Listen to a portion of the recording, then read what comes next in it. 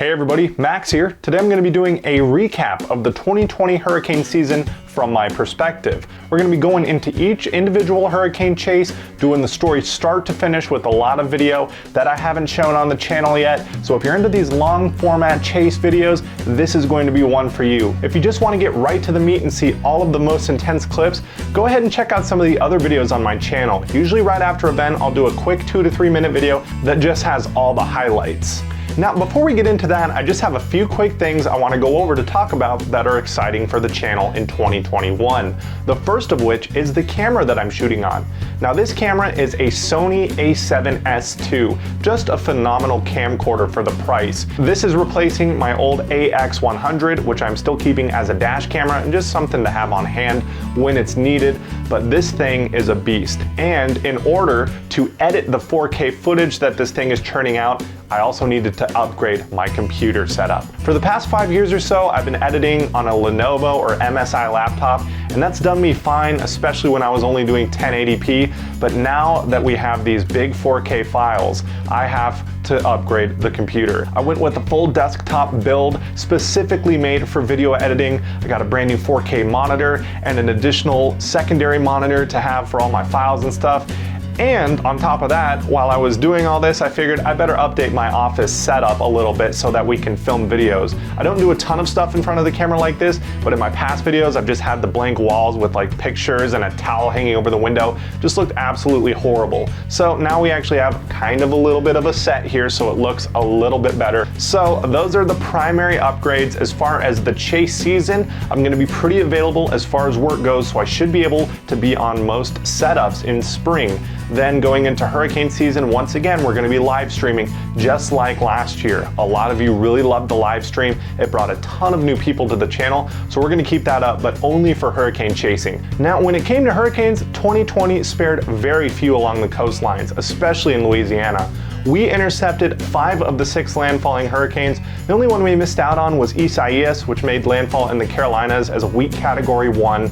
So not a huge miss there, but every other hurricane we were on. And the first one was a hurricane called Hanna, which made landfall in extreme southern Texas. Not a lot of population out there, but Port Mansfield is where we ended up setting up.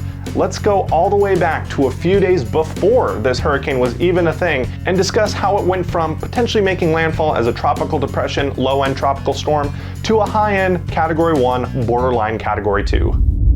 Now, the Hurricane Hanna intercept was not initially an obvious chase. Most of the global models did not do a good job of honing in on Hanna becoming anything more than just a tropical storm. It took about another day or so for the mesoscale models like the H-Wharf starting to come in and show a bit more intense of a system. It wasn't until that Friday, a day before it was supposed to make landfall, that we finally said, okay, this thing is starting to look more organized on satellite. This looks like a chase. So we packed up the car, got everything ready, and hit the road Friday afternoon. We got into Corpus Christi while it was still dark out and some of the initial bands were starting to come in. We kind of hung out at this little area where the storm surge was starting to push its way in, eventually knocking down some of the barricades that were trying to keep the locals out. And then we had a tough decision to make. Would we stay there or would we go south? The bonus of staying in Corpus Christi was it's a large metropolitan area with a lot of stuff to film. But if the eye wall misses it, then there's not going to be much at all. This is a Category 1 storm. If you want hurricane force winds, you have to be in that eye wall to some degree. Port Mansfield was the closest we could get to the water, but it would be on the southern eye wall, which is usually not the most intense, but we didn't have much in the way of options. Corpus Christi was not going to get in the eye wall. If we went on the north-south highway that goes in between Corpus Christi and Brownsville, we were going to be too far inland. I mean, we would still get hurricane force winds, but there's a lot of friction that's going to deteriorate those wind speeds by the time the eye wall reaches that highway. So we decided to get as close as we could to the water, which was Port Mansfield. Now, as we started making our way into town, conditions started to deteriorate rapidly. At first, we come up on a house that's starting to lose its shingles, and we film that for a little while. As the winds start increasing and the eye wall is making its way onshore to where we're at, all sorts of stuff around us starts to get damaged. We notice a house across the street from the one that's losing its shingles has a sheet metal roof and little pieces are starting to peel off. Film that for a moment before a whole huge section of the roof just comes flying off.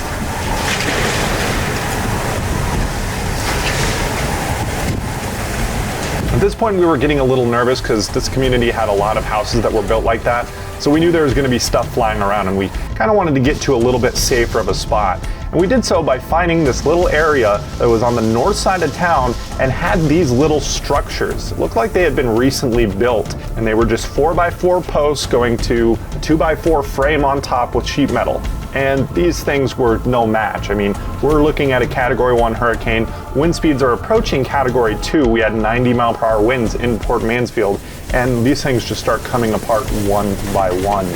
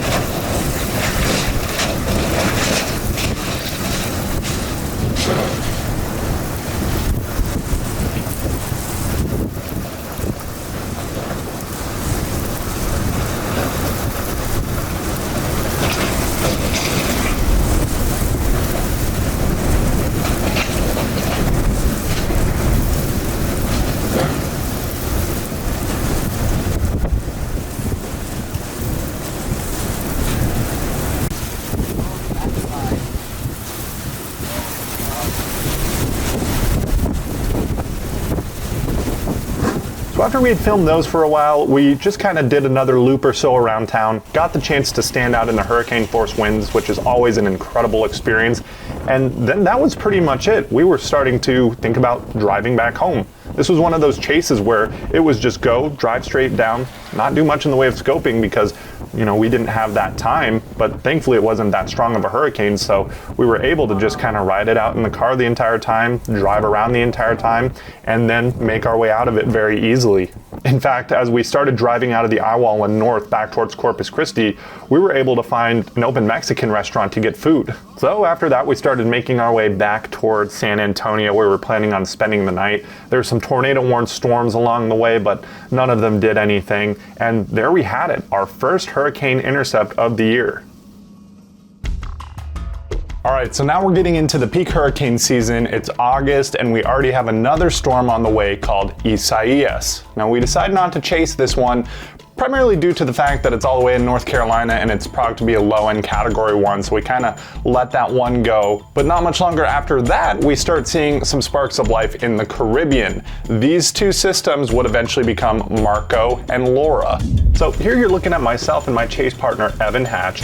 We're in the Florida Panhandle, and we're chasing some little supercells on the outer bands of Tropical Storm Marco. Now, as some of you may remember, Marco was initially anticipated to be a Category 1 hurricane. It was going to be in the Gulf about the same time as Laura, and some of the models had some gnarly Fujiwara. That really didn't end up happening. Marco ended up going a little faster and then getting sheared apart, so it didn't really cause much more than just a little bit of a nuisance for the area. But Laura was still on track to be a pretty significant storm. All the conditions were lining up for a favorable environment for strengthening all the way up until landfall. So we kind of got some B-roll around the area and then started making our way back to the west.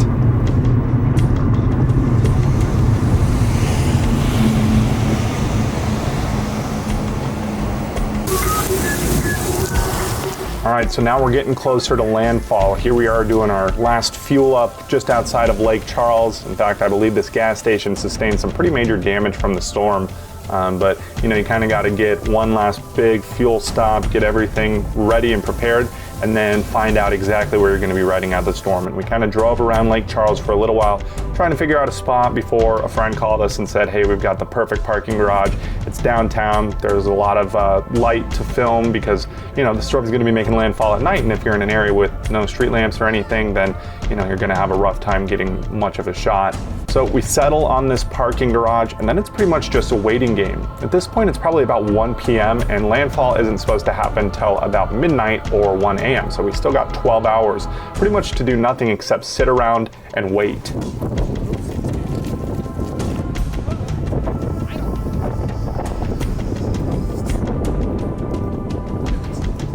So at this point, Laura has been rapidly strengthening for the last few hours. It's borderline Category 5 as it's just south of Cameron, Louisiana, and we are all just in awe at what we're looking at. Beautiful satellite presentation, and we are quite a bit inland. Lake Charles is about 30 miles or so from the coast, so we knew we weren't going to be experiencing the raw intensity of a high-end Category 4, but it was still going to be an intense storm nonetheless.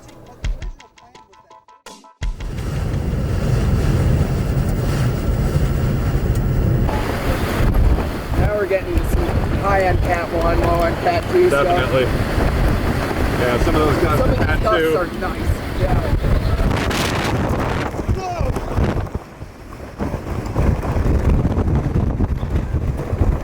That was. I gotta go over here with the tripod. There we go, boys. There we go.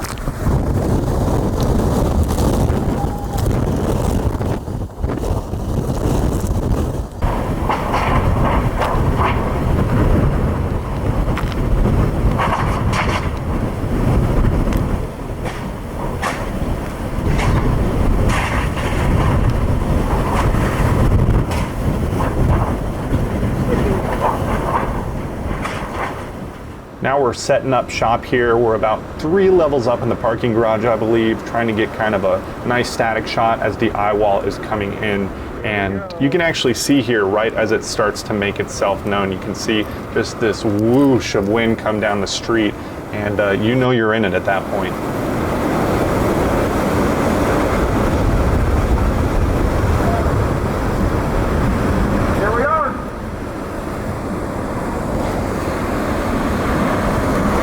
Light bar is not helping my case.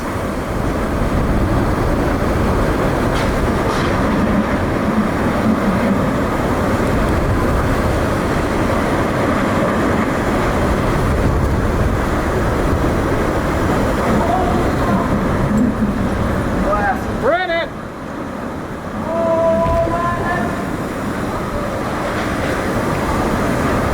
Wow! Can't even see anymore.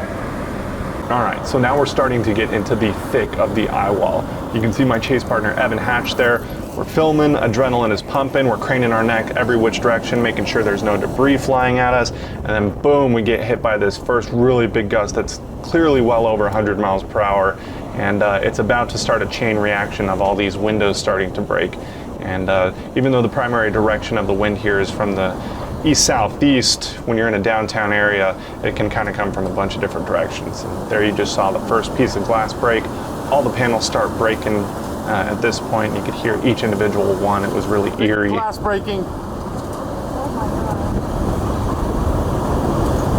All those windows are breaking.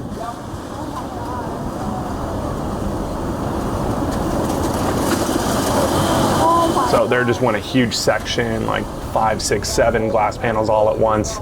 Broken. Now the interior is starting to get torn apart. You can see pieces of the roof flying off as that wind now has a direct pathway into the building. It's tearing out the ceiling panels and starting to make that roof flex. In fact, the roof did come off, a large section of it did. None of us really got a good shot. Evan kind of got one, you can see it, that we might go through later. But now pieces of the larger building on the right, the kind of skyscraper type building, are starting to rain down on us. As all these panels are breaking, it's just chaos. And we're thankful that the wind direction was out of the east and southeast. Otherwise, we would have been in big trouble here. All that debris would have been raining down directly on us. But kind of like I said, you get these little eddies that come through these buildings, and then, you know, debris starts raining on you at one point. But ultimately, we got pretty lucky with that.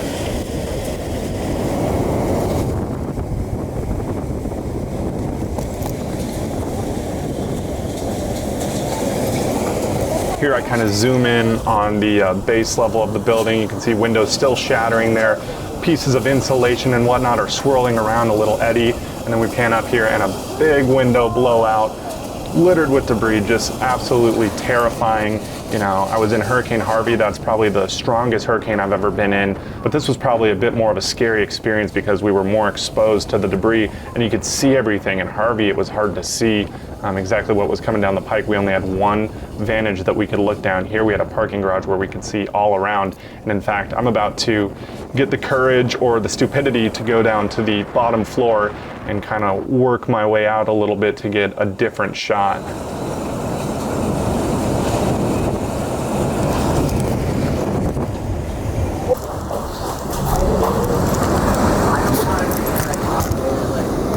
Holy shit. Dude, oh my, have you been getting this building? Yeah, we've been getting it from the top looking down. That's insane, dude. Okay, now we're down to the ground level, getting some shots of that same building. You can see the kind of skyscraper off to the right a little bit, getting blasted by winds here, just absolutely intense. Here we see Reed come into frame, a few other chasers, including Mike Tice, and some of our friends decided to stay mobile for a decent portion of the eye wall. Not something I would particularly want to do, but they definitely got some good footage. We're about to see a big portion of what I believe was the walkway in between the parking garage and the building come out. It just kind of gets gutted and thrown right at Reed's car. Definitely a scary thing for him, I'm sure. There it goes, boom, and insulation starts swirling around. Then I decide, okay, I've had enough. I think that's good for now. Let's move in a little bit, get behind the barricades so we don't get hit by debris. And that's the nice thing about parking garages is it's really easy to get behind a giant piece of concrete that's going to stop most of the debris, but you still have to be smart about it. So now I'm trying to stay a bit more behind the big concrete wall there because I'm not looking to get hit by any debris. And we actually get a big gust here, more out of the east, and you can see some pieces of debris flying down the road there, almost hit those two chasers. So at that point I was about good with being down on the ground level. I was ready to head back up where it was a little bit safer.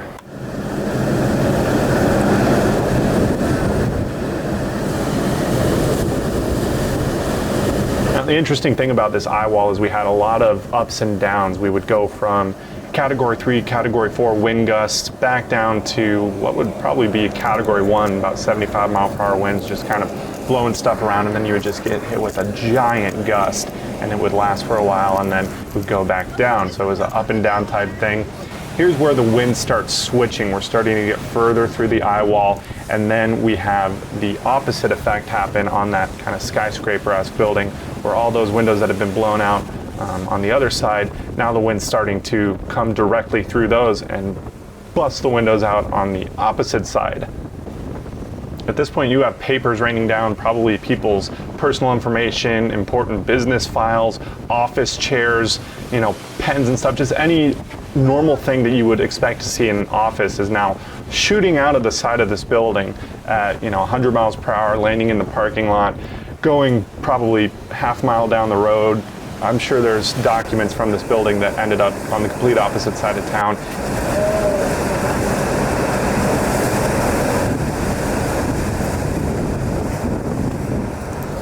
That's pretty much it for the Laura experience. Thankfully, due to the angle that it came in at, we didn't get quite as bad of storm surge as was maybe initially anticipated in the Lake Charles area. Down by Cameron, the same can definitely not be said, but we didn't have to deal with much in the way of surge. I actually put some surge probes that I had kind of developed this year in coordination with Mark Sudduth. He's been placing those types of probes out for years, and I kind of got just inspiration from him to do those myself. So I had placed a few around the city, one of which got some okay footage. We're going to show that now, where you can kind of see us putting it up. It's a marina. This was about a mile away from where we rode the storm out, and it got pretty well beat up. And you can see a decent amount of water in here now that it's morning. We'll kind of go back and forth here between when we set it up and when it was recovered. Actually, it wasn't recovered for about a week or so. There was a big chemical fire in that area and we weren't able to access it. So I actually had to have a friend go and grab it about a week later.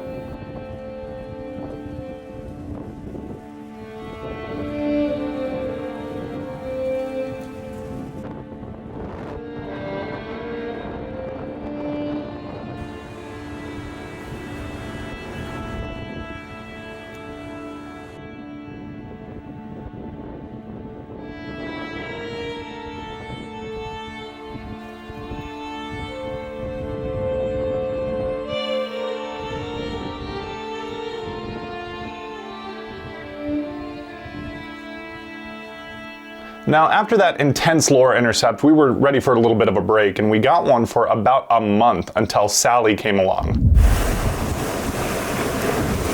All right, so here we're looking at some B-roll of storm surge. We're over 24 hours from landfall of Sally, and I was making my way down to the coast. This was the first hurricane that I was ever going to chase solo. My usual chase partners had all already left or weren't going to be able to chase. So I was going down here solo, sitting here, Bay St. Louis area, Gulfport area, getting some B-roll of the surge coming in, people packing up sandbags for their residents or their businesses.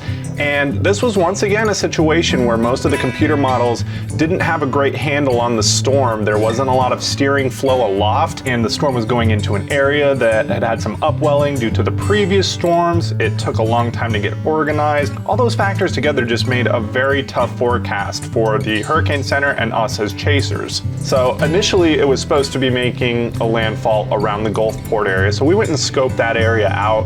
And then some of the models started shifting a little east and then back west and east.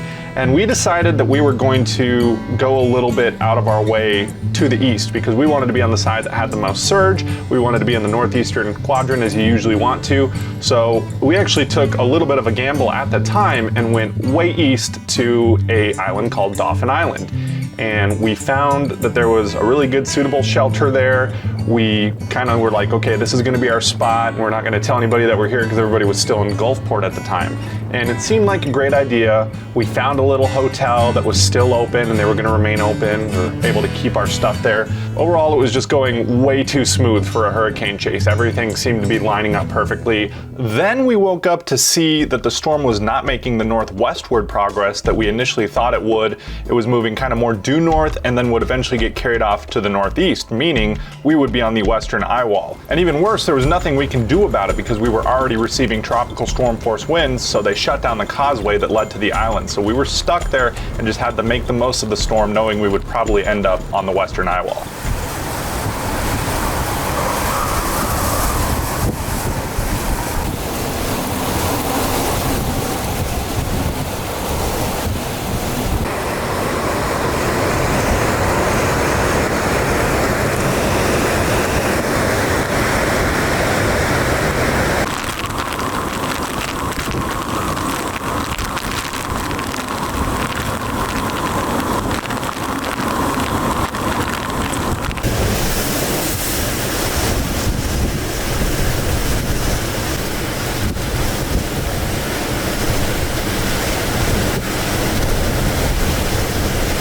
As I said, we were doing the live stream for the first time on this storm, and this was a crazy moment to capture on the live stream.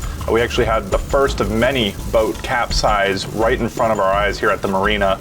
You can see the furthest boat is pretty deeply submerged at this point, about halfway down, and it just keeps sinking down and down. A really unfortunate thing to see, somebody's prized possession more than likely just going away from the storm. And unfortunately, all of these boats met their demise that night, none of which survived. In fact, this boat that you see right here, it was knocked loose from where it was tied down, and it went over to another boat that was on one of the racks. And these things are specifically used to keep boats safe during a hurricane. Well, it crashed into it, and both boats were completely destroyed. Just a really unfortunate thing to see.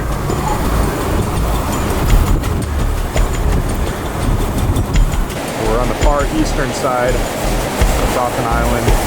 We got storm surge coming in.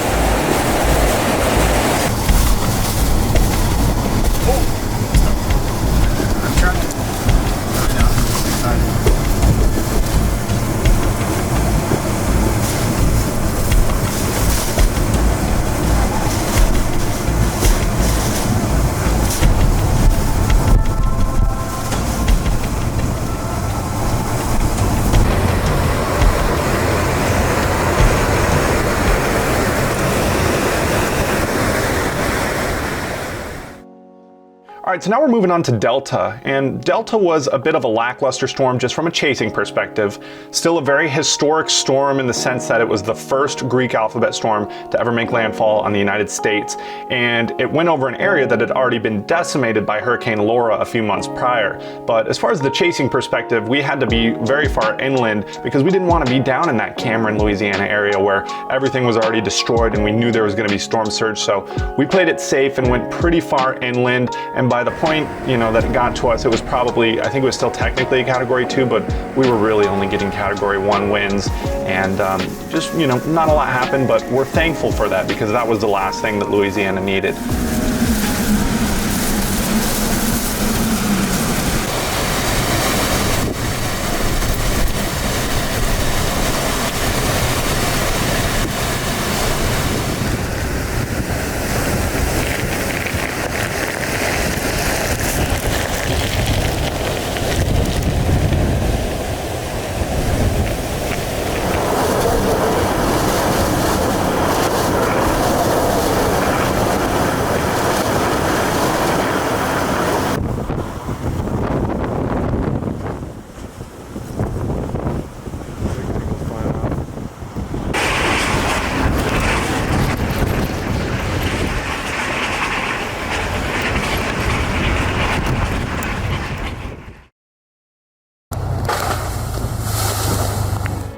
All right, now we are on to my favorite story from this hurricane season. It was late October. Oklahoma was experiencing a historic ice storm, and I was all about staying and documenting it. I was done with hurricanes. This one coming up was called Zeta. It looked like it was going to be a weak storm. It was going through relatively cool waters that had all been upwelled by all the previous storms. It just did not seem like something I cared about.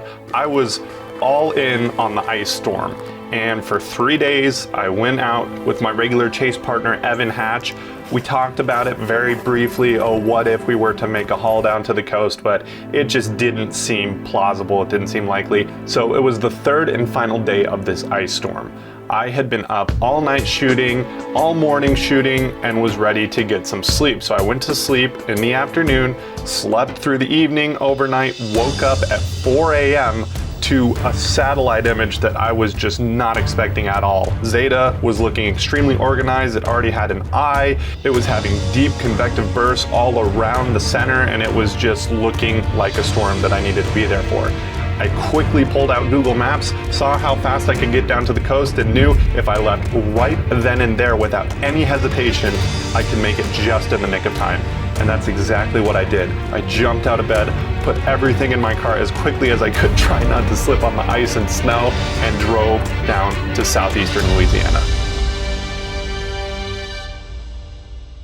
Now, thankfully, there were other people that were more prepared down there already, like my friend Aaron Rigsby. He had already been scoping out areas and was going a little bit further south. Initially, we were kind of thinking of doing a Gulfport to Bay St. Louis intercept, but then we said, okay, well, maybe we could get a little more aggressive with this one. It's the last one of the season, might as well. And Aaron was able to find an area just southeast of New Orleans that had a suitable shelter. So I decided that I was going to go meet him there, and I literally got there maybe about an hour before this thing made landfall.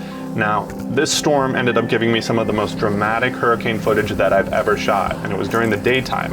A lot of my other dramatic shots had been at night, so this was an overall just incredible, intense experience.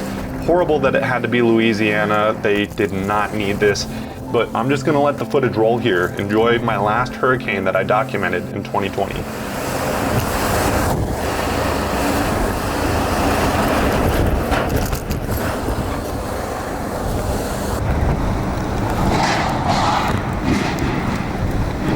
Oh, we got sheet metal. Just got ripped off the building.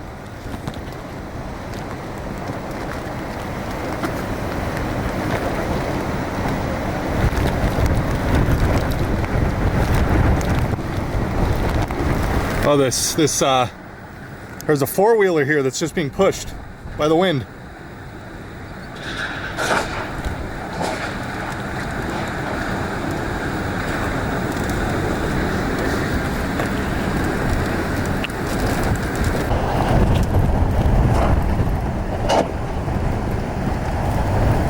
Got sheet metal flying. I don't know if you guys saw that.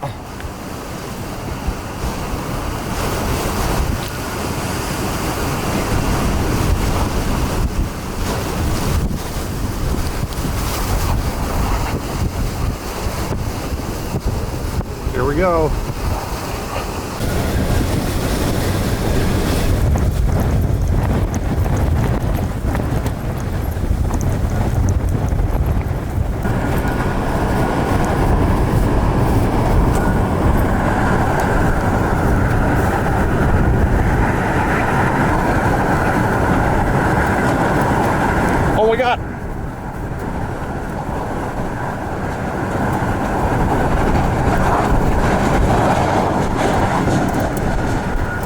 wing just fell apart.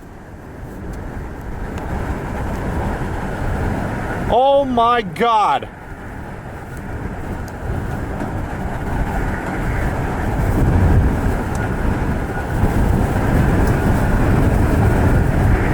Did you guys see that? Oh my God, we're getting rocked here. Car's shaking. Getting pelted with debris.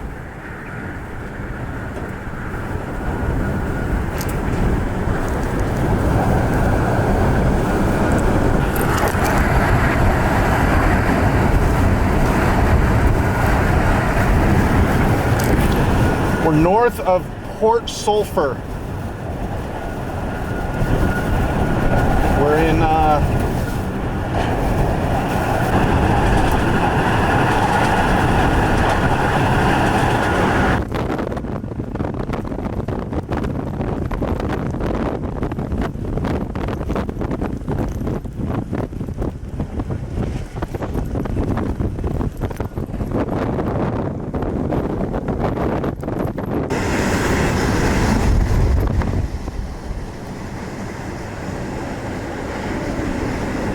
the power lines, if they were to fall, would be in the opposite direction of where I'm at, guys, so don't worry about the power lines.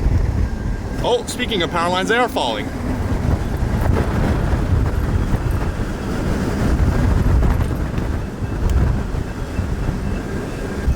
So we got a big convective burst that just blew up that's going to be going over us now.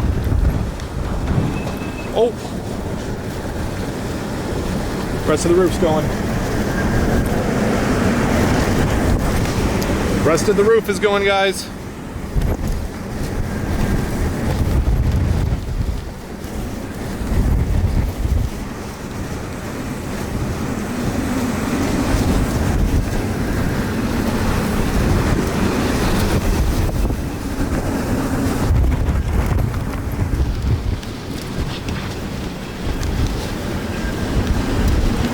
Oh shit, sorry, it's over, it's closed.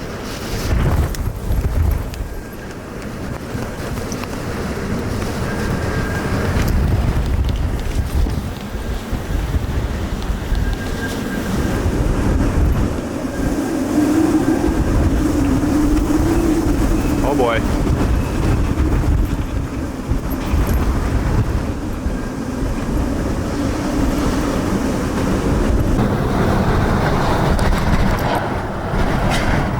We're right on the edge of the eye here.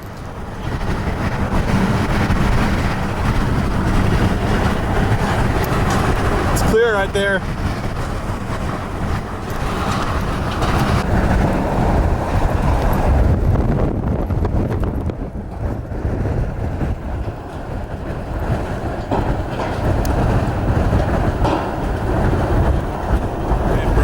Check, bent the hinges and pushed the door into the fender, so I'm gonna need a new left front fender.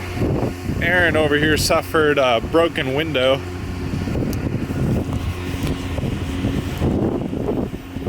Your hail guard held. Yeah.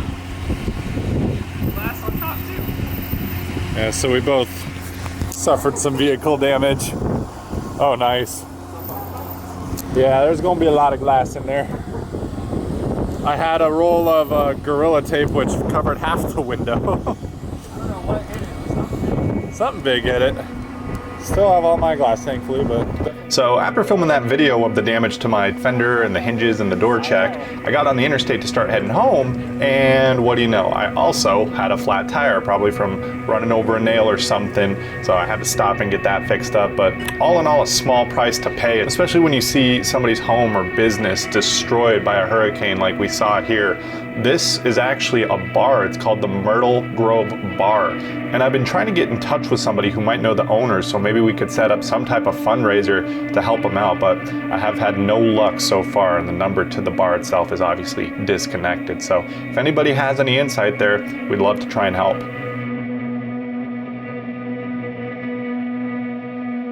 Now, ironically enough, a few weeks after the Zeta intercept, I had to fly down to Florida for a work trip. It just so happened that Tropical Storm Eta, which was briefly a hurricane, was going to be making landfall about 50 miles north of where I was doing my business meeting. I rescheduled my flight so I would get in a little bit earlier, booked a rental car, and made my way up towards the Tampa area and experienced some of the more impressive storm surge that I had seen throughout the entire 2020 season.